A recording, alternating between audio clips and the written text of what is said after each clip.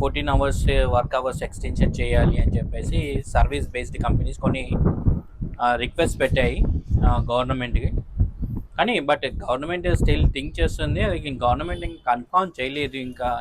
So compulsory చేస్తున్నాము అని. Even Karnataka IT associations కూడా యూనో అపోజ్ చేస్తున్నాయి. సో చాలా ఇష్యూస్ ఉంటాయండి, అదంతా సింపుల్గా అయ్యే పని కాదు. ఎందుకంటే 14 అవర్స్ ఒక ఎంప్లాయీ కంటిన్యూస్గా 14 అవర్స్ వర్క్ చేయడము అనేది చాలా ఇంపాక్ట్ ఉంటుంది, అన్ని రకాల ఇంపాక్ట్ ఉంటుంది. ఓకే, వర్క్ వైజే కాదు, ఈవెన్ వాళ్ళ హెల్త్ వైజ్ కూడా ఇష్యూస్ ఉంటాయి.